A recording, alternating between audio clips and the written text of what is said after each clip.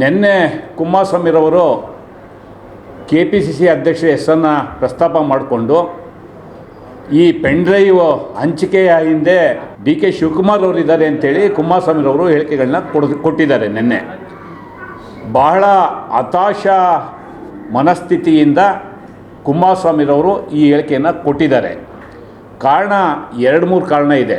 ಒಂದು, ನಿನ್ನೆ ಬೆಳಿಗ್ಗೆ ಅಮಿತ್ ಶಾ ರವರು ಕುಮಾರಸ್ವಾಮಿ ಜೊತೆ ದೂರವಾಣಿನಲ್ಲಿ ಮಾತಾಡಿದ್ದಾರೆ. ಅದಾದಮೇಲೆ ಇದೇ ಅಮಿತ್ ಶಾ ರವರು ಯಡಿಯೂರಪ್ಪನವ್ರ ಜೊತೆ ದೂರವಾಣಿನಲ್ಲಿ ಮಾತಾಡಿದ್ದಾರೆ.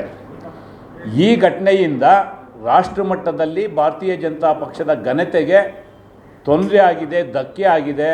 ನೀವು ಇದನ್ನೇನಕ್ಕೆ ಮೊದಲೇ ಸರಿಪಡಿಸಲಿಲ್ಲ ಅನ್ನೋ ಮಾತುಗಳನ್ನ ಅವ್ರ ಜೊತೆ ಅವರು ಹಂಚಿಕೆ ಮಾಡ್ಕೊಂಡಿದ್ದಾರೆ.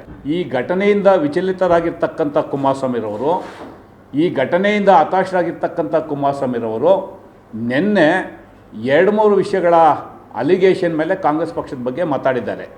ಭಾಳ ಮೊದಲನೇದಾಗಿ ಸನ್ಮಾನ್ಯ ಸಿದ್ದರಾಮಯ್ಯನವ್ರ ಬಗ್ಗೆ ಮಾತಾಡಿದ್ದಾರೆ. ಅವ್ರಿಗೆ ಶೋಭೆ ತರೋಂಥ ವಿಚಾರ ಅಲ್ಲ. ಇಡೀ ರಾಜ್ಯ ತಲೆ ತಗ್ಸೋವಂಥ ವಿಚಾರದಲ್ಲಿ ಸನ್ಮಾನ್ಯ ಮುಖ್ಯಮಂತ್ರಿಗಳು ಯಾರಿಗೂ ಸಹ ಅಗೌರವ ಉಂಟಾಗಬಾರ್ದು ಅಂತೇಳಿ SIT ತನಿಖೆಗೆ ಆದೇಶವನ್ನು ಕೊಟ್ಟು ಇದು ತನಿಖೆ ಆಗಬೇಕು ಅಂತ ಹೇಳೋಂಥ ಸಂದರ್ಭದಲ್ಲಿ ಅವರು ಮಾಡಿದಂಥ ಕೆಲಸವನ್ನು ಪ್ರಶ್ನೆ ಮಾಡೋದ್ರ ಮುಖಾಂತರ ಅವ್ರಿಗೇನೋ ಮೋದಿರವರು ಸಹಾಯ ಮಾಡಿಬಿಟ್ರು ಅನ್ನೋ ಮಾತನ್ನು ಹೇಳಿದ್ದಾರೆ. ಇವೆಲ್ಲ ಕುಮಾರಸ್ವಾಮಿರವರು ಮಾಡಿರ್ತಕ್ಕಂಥ ಕಟ್ಟುಕತೆ ಮತ್ತು ಈ ಥರದ ಕೆಳಮಟ್ಟದ ಹೇಳಿಕೆಗಳನ್ನ ಮಾಡಬಾರ್ದು.